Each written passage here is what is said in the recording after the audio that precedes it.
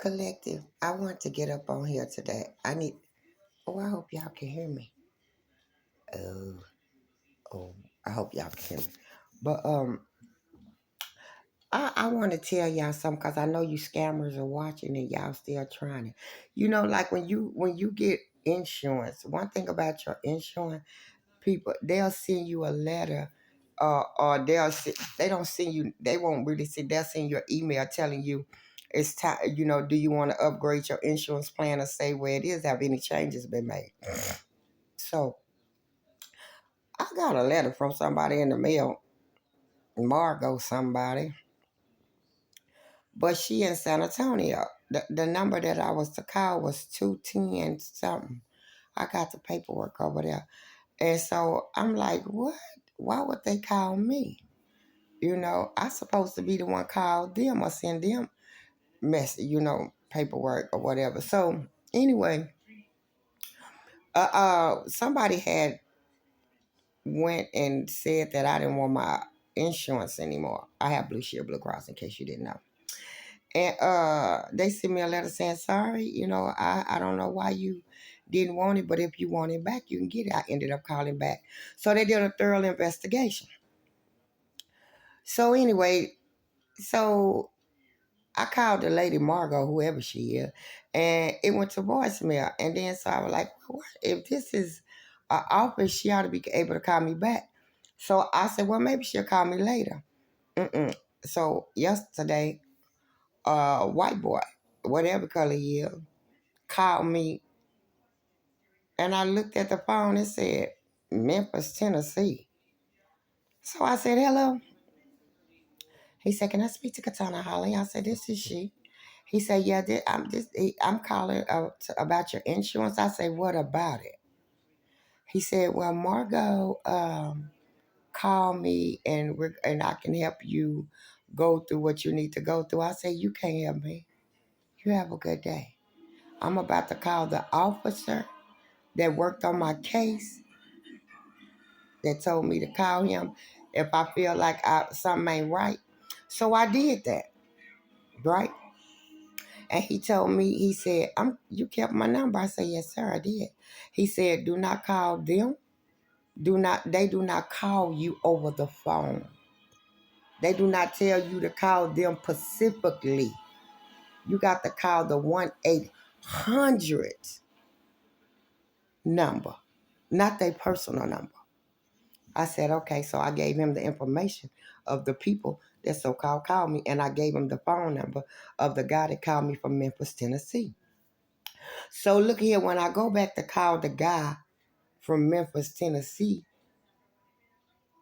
to ask him a question, guess what? He sent a text back instead of answering the phone. And he said, okay, how can I help you? I say, you can't. I just want to let you know that I reported y'all for fraud. So anyway, yesterday I go to the mailbox and I get a letter in the mail. I'm thinking it's from my insurance. So it's from somebody, Stephen Scheming Ochi, something like that, Stephen something. So I'm like, I've been here 2 years.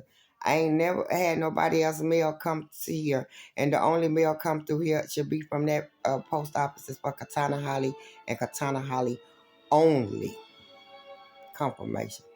So what I did, I called the investigator back and gave him the name that of the person that sent this Blue Shield Blue Cross to my address but somebody else's name. Okay? So with that said,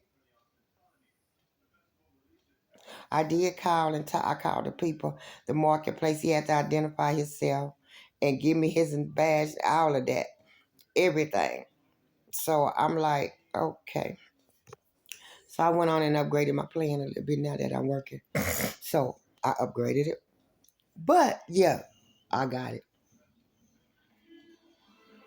So as he was going through to redo my insurance, he said, "Is Scott still your broker?" I said, "What's a broker? I don't have a broker." He said, well, we got down here as Scott is your broker. I said, I don't even know what you're talking about. He said, well, I'll take this off. If he, whoever he is, he won't be able to go off into anything of yours now because you don't want nobody else on here. This is what you're saying. You don't want nobody to have access. I say nobody but me. And when you send me anything, send it to me personally through my email or through my phone number. And he told me not to ever call anybody else.